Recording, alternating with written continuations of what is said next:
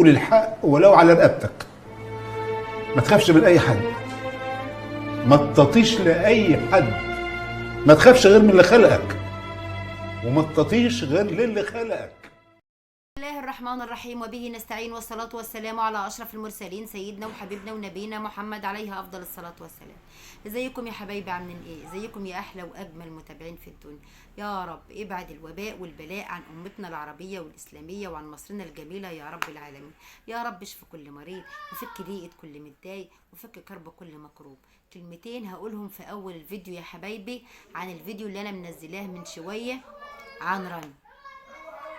حلو ان احنا نتعاطف مع بعض، حلو ان احنا نتعاطف مع بعض كستات، بس المفروض نتحرى الدقة. انتوا بتقولوا لي انت سمعت من طرف وما سمعتيش الطرف التاني. من قال كده يا حبايبي؟ انا سمعت من الطرفين، والطرف الزوج كان موسطيني لهم باخد الحاجة من غير قضايا ومن غير حاجة عشان خاطر العيال، وهم اللي ما وافقوش. وده كلام مش جديد عليا، ما تقولوش ان انا سمعت من طرف على غير طرف، لا انا سمعت من الاتنين. ومع العموم ده رأيي، واذا كان رأيي يعني مش عاجبكم يا جماعة معلش ما تزعلوش، بس كل انسان ليه قناعاته وليه تجاربه وليه رأيه، فمش معقول رأيي هيرضيكم كلكم، ولا آرائكم هترضيني. انا بقول رأيي ممكن يصادف ويعجبكم، وممكن يصادف وما يعجبكمش. فالكل حد واخد الكلام بتاعي على محمل غير محمله.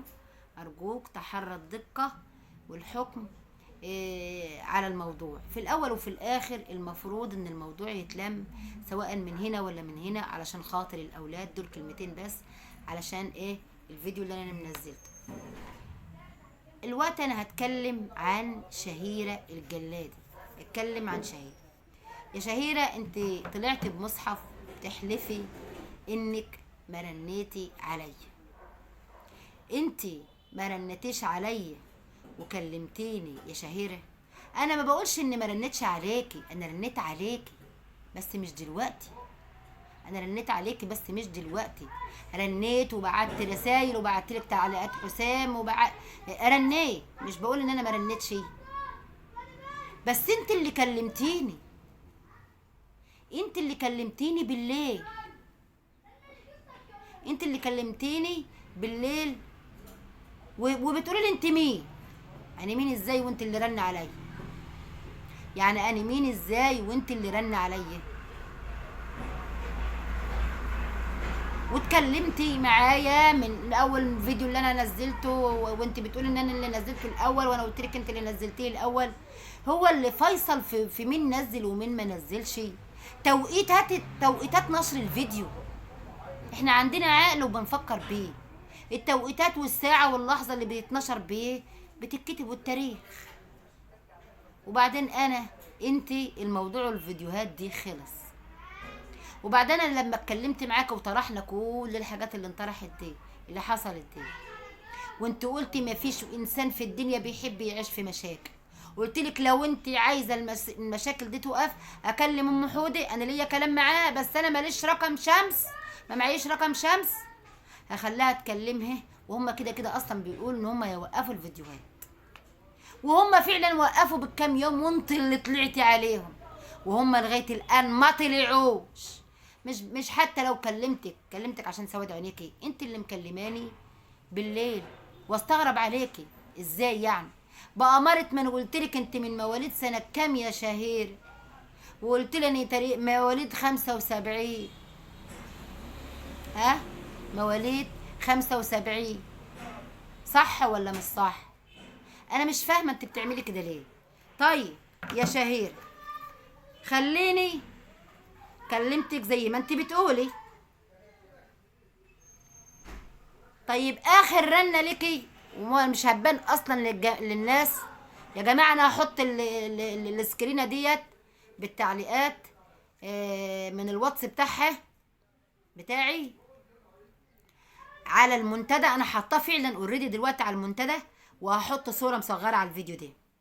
اتصلت عليا امبارح الساعه 1:16 بالليل يا شهير، ليله امبارح، كنت متصلة عليا الساعة 1:16 ليه يا شهير؟ ليه؟ قولي لي كده ليه؟ وقبلها متصلة عليا اليوم اللي قبل منه وما ردتش، ورجعت اتصلت تاني وما ردتش، ورجعت انت بعتلي رسالة تقولي لي خير يا رب انت مين؟ طب هو ده في عقل يقول ان مكالمتين انا ما ردتش عليهم يتبعت وراهم رسالة يتقال مين يا رب يا ترى انت مين؟ هو انا كنت كلمتك ولا بعتلك رسائل علشان تقولي لي يا ترى يا ريت انت مين؟ ما تقولي ازاي يعني حد يبقى متصل عليكي 3 مرات، مرتين اول امبارح،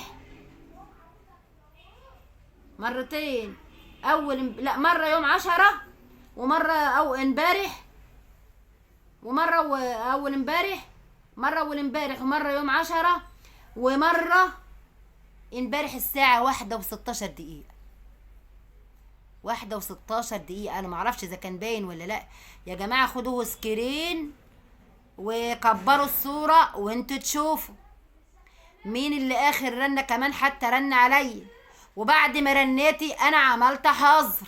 بعد ما شفت الرنة النهاردة انا عملت حظر، علشان بعد ما شفت الفيديو بتاعك. ليه انا يعني في ايه؟ انا عملت لك حظر، وانا كاتبه على الواتس بتاعك الاسم اللي كل الناس بيندهوا بيه، لان انا اصلا رقمك ما كانش معايا، رغم انك انت كنت بتكلميني قبل كده، بس كان رقمك مش معايا، رقمك ما حفظتوش، وانت كنت بترني عليا على رقم زوجي، ورجعت رنيتي عليا من رقمي الايام الاخيره دي، خاصه من بعد فيديو مصطفى واللي بعتلك عليه تعليقات حسام. انا لما شفت مصطفى جايب سيره بنتي، انت بتقولي بنتك المطلقه. يا بنتي انا ما عنديش بنات اتطلقت، انا ما عنديش بنات اتطلقت، انا ابني اللي كان مطلق واتجوز، انما انا ما عنديش بنات اتطلقت. وحتى لو كان عندي بنات اتطلقت، الطلاق ده مش بايد حد، والجواز ده مش بايد حد. هو ده اللي كلمتك فيه، اللي بعتلك رسايل فيه وانت ما ردتيش للامانه، عشان انا كنت متنرفزه لما لقيت قاعده عامله لي اللقاء العالمي ومخليه الراجل يجيب في سيره بنتي. حتى لو بيجيب في سيرتي كنت انت المفروض قلت له لا يا حاج مصطفى ما نجيبش سيره ولاد حد، بس انت ما تقدريش لانك انت اللي مأجوره مش انا اللي مأجوره، انت اللي مأجوره مش انا اللي مأجوره يا بنتي. وهتأجر ليه؟ اسألي حلميه انا عايشه ازاي ودنيتي ازاي. ما عنديش اسباب ان انا اتأجر ابقى مأجوره علشان اهدم حد ولا اخد فلوس من حد. الحمد لله مستوره، الحمد لله مستوره. عيب عليكي عشان ما انتش لاقيه فيديو النهارده تتكلمي فيه، طالعه تتكلمي في حاجات زي دي. طالعه تتكلمي في حاجات زي دي.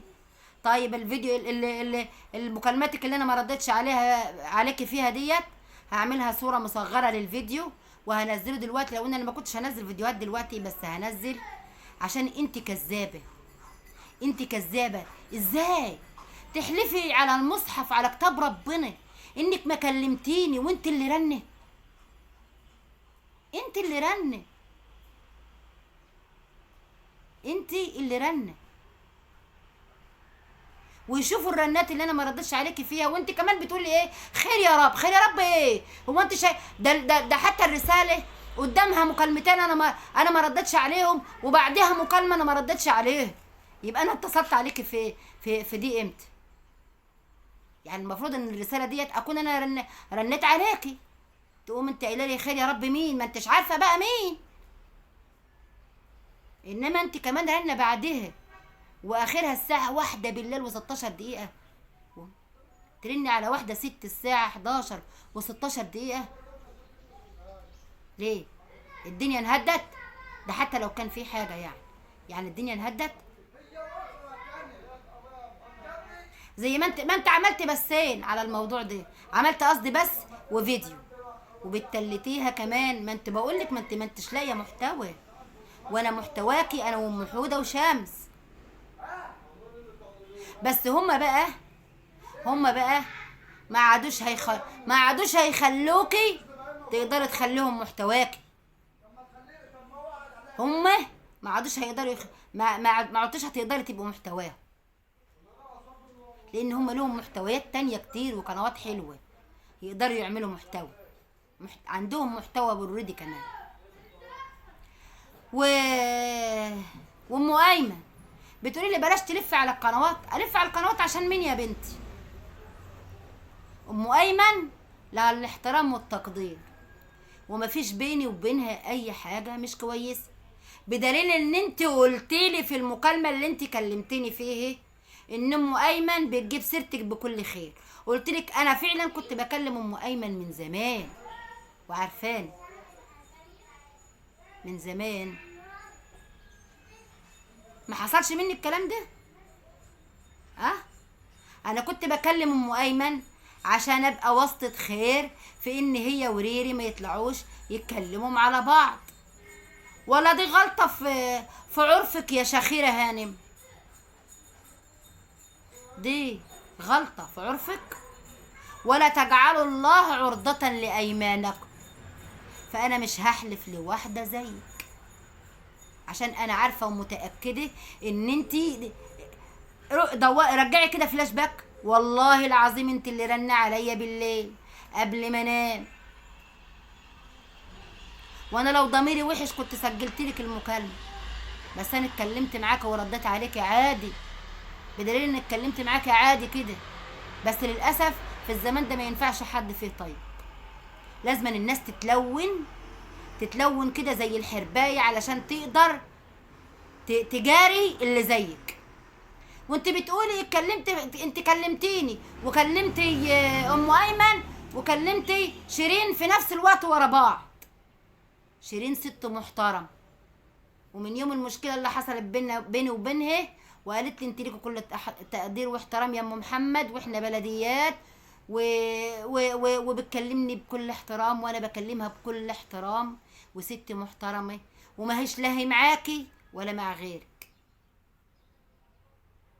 وبنتكلم مع بعض احنا بلديات. لان هي ما اساءتليش، كان في سوء تفاهم وانفض وخلص، وهي ما اساءتش ليا، وست محترمه، ولسه مكلماني لت امبارح بالليل. ست محترمه، وانا هشوف انا بدور على القنوات وبكلم دي ولا دي ازاي. اما بالنسبه لشهاده الزور، شهاده الزور دي انت اللي تعرفيها، وانت لسه قايلاها وحالفه على يمين الله على كتاب الله دلوقتي. انما انا ما احلفش على كتاب الله، لان لا تجعلوا الله عرضة لايمانكم.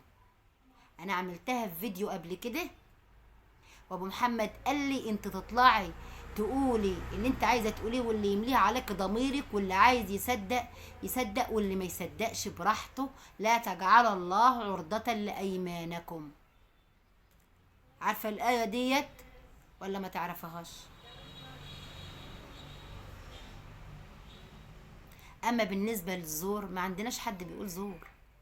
هو معنى انني شهدت انا اللي اتكلمت وحد عرف عني؟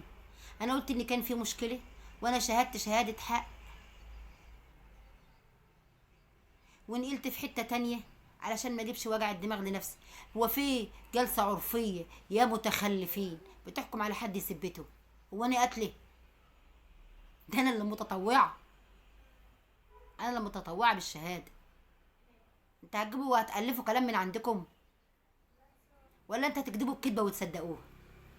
وبعدين انا ربنا اللي هيحاسبني، مش انتوا اللي هتحاسبوني.